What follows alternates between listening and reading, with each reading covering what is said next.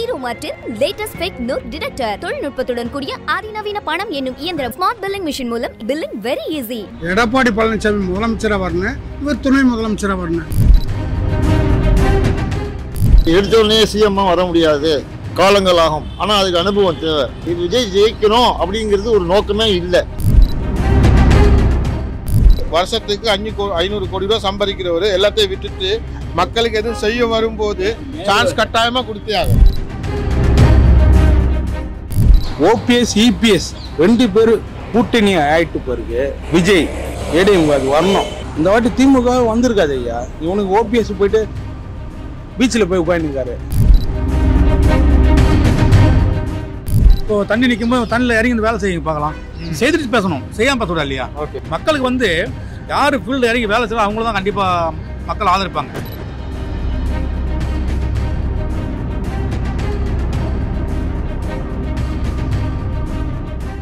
அக்காடு voice நேயர்களுக்கு வணக்கம். நான் உங்கள் ரூபன். இன்னைக்கு மக்களிடையே ஒரு சிறப்பான கேள்வியோடு தாங்க வந்திருக்கோம். 2026 தேர்தலில் விஜய் அவர்கள் தனிச்சு நின்று போட்டியிட்டா வெற்றி பெறுவாரா, இல்லை கூட்டணியோட போட்டியிட்டா வெற்றி பெறுவாரா, இல்லை அவர் வெற்றி பெறுவாரா, இப்படி தாங்க மக்களிடையே கேட்டு தெரிஞ்சுக்க போறோம். வாங்க பார்க்கலாம். நாங்கெல்லாம் என்ன எதிர்பார்க்குறோம்னா, இந்த வருஷம் தனிச்சு நிற்கணும் எதிர்பார்க்குறோம் 2026ல. ஓகே, அதுக்கப்புறம் அவரோட வரவேற்பை பார்த்துட்டு அடுத்த வருஷம் எப்படின்ட்டு அதுக்கப்புறம் அடுத்து என்னன்னு பிளான் பண்ணலாம். அவர் தனிச்சுன்னா நல்லா இருக்கும்னு நினைக்கிறேன்.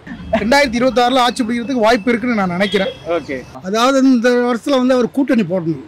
அவர் அண்ணா டிஎம்கேல சேர்ந்து அண்ணா டிஎம்கே ஜெயிச்சு எடப்பாடி பழனிசாமி முதலமைச்சராக வரணும், இவர் துணை முதலமைச்சராக வரணும்.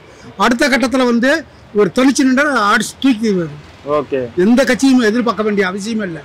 ஆனால் இப்போ கொஞ்சம் டிம்மா இருக்கு, கூட்டம் கூடுதல் இல்லைன்னு இல்லை, கொஞ்சம் டிம்மா இருக்கு. இந்த சிந்தனை பார்த்து செய்யணும் தலைவர். மக்கள் ரொம்ப லைக் பண்றாங்க. கிராம சைடு பல இடங்கள்ல ரொம்ப பேர் லைக் பண்றாங்க. விஜய் சாருக்கு எப்பவுமே எங்க சப்போர்ட் என்னைக்குமே இருக்கு. தலைவர் ரஜினி சார் எப்படியா, விஜய் சார் அப்படி தானே. ஓகே, உதயநிதி ஸ்டாலின் வந்தாலும் நாங்க சப்போர்ட் பண்ணுவோம், அவர் நின்னாலும் சப்போர்ட் பண்ணுவோம், விஜய் சார் வந்தாலும் சப்போர்ட் பண்ணுவோம். தீர்ப்பு மேல ஆண்டவன் கிட்ட இருக்கு, நம்ம கையில எதுவுமே இல்லை.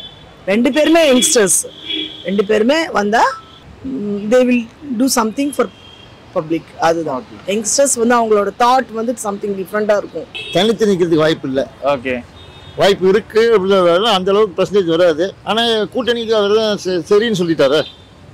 அதனால கூட்டணி சேர்றவங்க போய் சேரலாம். எடுத்தோடனே சிஎம்மா வர முடியாது, காலங்கள் ஆகும். ஆனால் அதுக்கு அனுபவம் தேவை.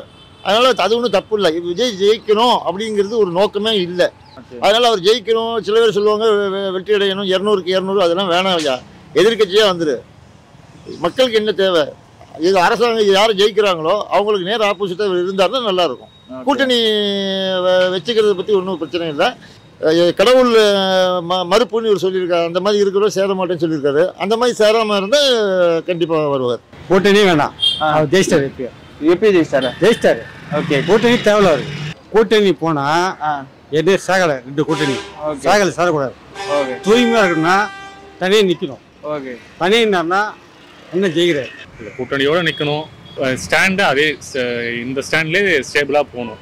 ஓகே, சென்ட்ரல் ஸ்டேட்டு இந்த ஸ்டாண்டில் நேராக போனோம்னா கண்டிப்பாக அவருக்கு நிறைய வாய்ப்பு இருக்கும். இவர் நிறைய பிரச்சனை இருக்குன்னா சொல்லியிருக்காரு. அதனால இவர் தனியாக நின்று இவரோட ரூட்டில் இவர் போனால் தான் அது நல்லாயிருக்கும். விஜயகாந்த் சார் மாதிரிக்கு இவரும் ஒரு நல்ல லெவலுக்கு வந்துட்டு அடுத்த ஸ்டெப்பு ஃபுல்லாக பிடிக்கிறதுக்கு வாய்ப்பு இருக்கு. தனிச்சு நின்ற வாய்ப்பு ஜாஸ்தி.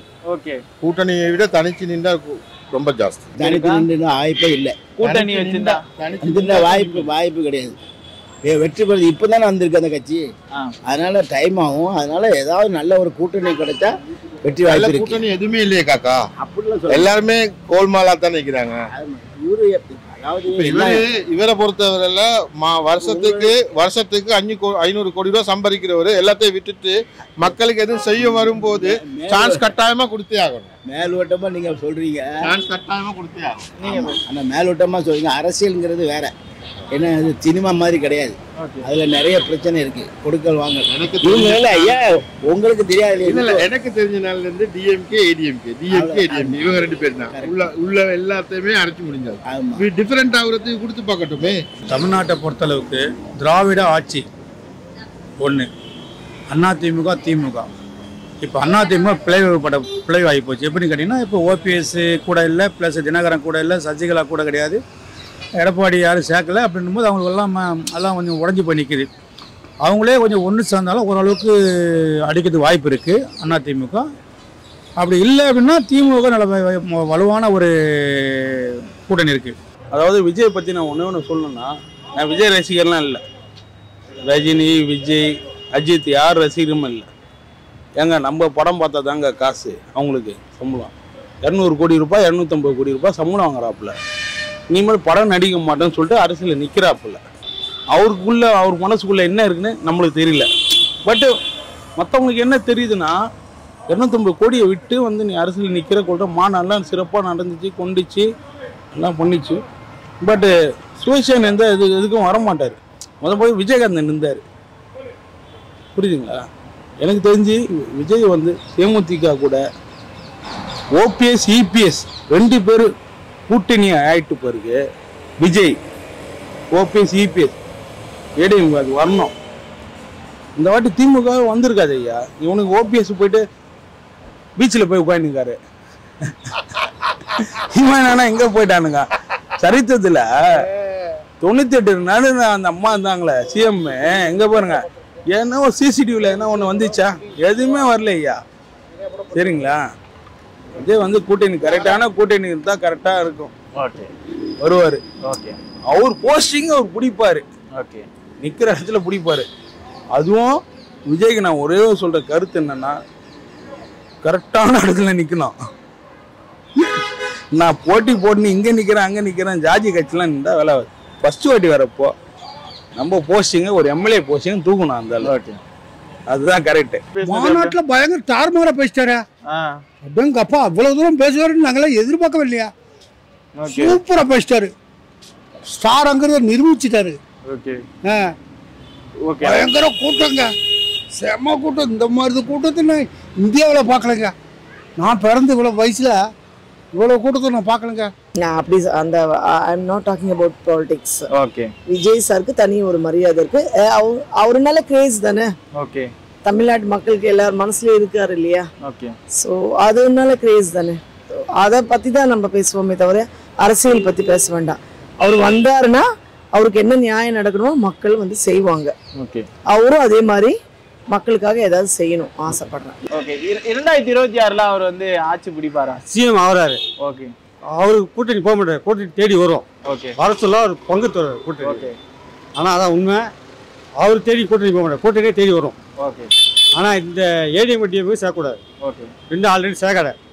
2 ஒயின் தமிழ்நாட்டில். திமுக வந்து கூட்டணியே இல்லைனா கூட அவங்க கண்டிப்பாக ஜெயிக்கிறது வாய்ப்பு இருக்கு. ஏன் அப்படி சொல்லணும்னு கேட்டிங்கனாக்கா, அவங்க வந்து பெரும்பாலும் நல்லா செய்கிறாங்க. இது என்ன எனக்கு செய்யலாம் வச்சுக்கேன், பொதுமக்கள் நல்லா செய்கிறாங்க.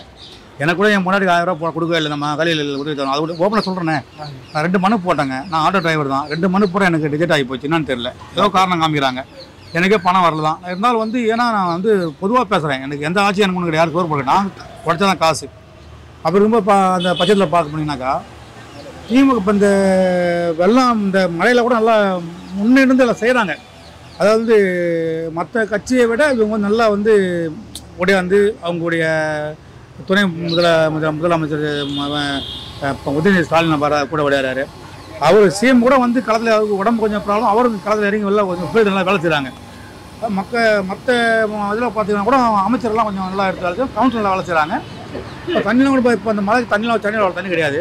டெல்டா மாவட்டத்தில் வந்து அதிகபட்ச மழை பெஞ்சிருக்கு. அது வந்து மழையை வந்து இயற்கைன்றதை மட்டும் சொல்ல முடியாது.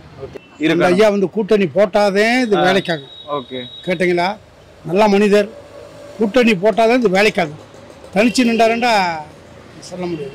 ஒரு புது அரசியல்வாதி வந்தாதே நாடு நகரம் எப்படி இருக்குது, ஊர் எப்படி இருக்குதுன்னு எங்களுக்கு தெரியும். கேட்டீங்களா?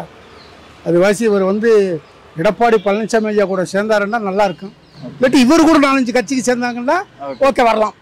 பார்ட்னர்ஷிப்பா போட்டு ஆட்சி தூக்குனாருன்னு தூக்கிடலாம். ஈரண்டு வர்றது எப்படி வர முடியும் சொல்லுங்க பார்க்கலாம். இப்போ ஒரு ட்ரைனிங்கே கொடுக்குறாங்கன்னு நம்ம கற்றுட்டு தானே வந்து 2வது வந்து வேலை பார்க்குறோம். கற்றுக்கிறாம வேலை பார்க்கல. அது போல் தானே அதான் வந்திருக்காரு. வரும் இறங்கி வேலை செய்யணும் இல்லையா? அவர் இன்னும் ஒரு மாநாடு தான் போட்டிருக்காரு.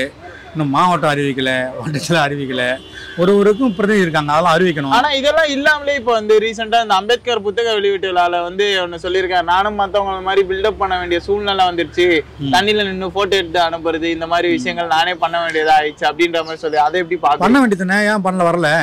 நீங்க சொன்னீங்கல்ல, வந்து செய்யுங்க, இருந்து கூட வந்து செய்யுங்க, மக்களை சந்திங்க. ஓகே, என்ன இப்போ தண்ணி நிற்கும்போது தண்ணியில் இறங்கி வேலை செய்யுங்க பார்க்கலாம். செய்துட்டு பேசணும், செய்யாம பார்த்தா இல்லையா? நாங்கள் வந்து இருக்குன்னா நீங்கள் ஒரு பேட்டி கேட்குறீங்க, நான் சொல்கிறேன், நீங்கள் வந்து இறங்கி வந்து ஃபீல்டு செய்த பிறகு நீங்கள் சொல்லணும். நீங்கள் செய்யாமல் சொன்னால் அது வந்து எடுபடுமா? எடுபடாது. அது மாதிரி எல்லாமே அப்படி தாங்க, எல்லாம் வந்து கூட இருந்து இறங்கி செய்த பிறகு தான் நீங்கள் பேசணும், செய்யாமல் பேசக்கூடாது. திமுக சொல்கிறாங்க, திமுக ஜெயிப்புன்னு சொல்கிறாங்க, நம்ம உதயநிதி சொல்கிறாரு 230 கண்டிப்பாக அடிப்பேன்னு சொல்ல, கண்டிப்பாக அவங்க சொல்கிற கண்டிப்பாக. ஏன்னா அந்த அளவுக்கு ஃபீல்டு இறங்கி வேலை செய்ய மக்களுக்கு வந்து யார் ஃபீல்டு இறங்கி வேலை செய்யலாம் அவங்கள தான் கண்டிப்பாக மக்கள் ஆதரிப்பாங்க. நீங்கள் செய்யாமல் வந்துட்டு கண்டிப்பாக ஆதரிப்பு கொஞ்சம் கஷ்டம் தான். நாங்கள் என்ன இருக்குன்னா, இப்போது ஆட்டோவில் சவாரி கேட்கணும்னா அவங்க வந்து கஸ்டமரை வந்து கவர் பண்ணி பேசும்போது தான் ஒரு நல்ல மனிதர்ப்பா 10 ரூபா எக்ஸ்ட்ரா தரலாம்பா அப்படின்ற அவங்களுக்கு ஒரு மனப்பாடம் வரும். நான் பேசுனேன், எப்போ வராது போமா என்ன மன்ட்டேன் அப்படின்னு கேட்டால் என்ன அவங்கன்னா இப்போ ரொம்ப தூப்பிடிச்ச போலதுவேன், நீ போய் நீ வேணா அடுத்த வேலை போனால் போயிடுவாங்க. அது மாதிரி எல்லாமே இறங்கி கொஞ்சம் பக்குவமாக இருந்து எல்லாமே இறங்கி வேலை செய்தாங்க எல்லாமே பண்ண சாதிக்க முடியும். நீங்கள் எடுத்த முன்னே வந்தால் சாதிக்க முடியுமா? இப்போ தான் வந்திருக்காரு அவர், பார்க்கலாம், பொறுத்துட்டு பார்க்கலாம், யார் யார் வராங்க பார்க்கலாம். நன்றி.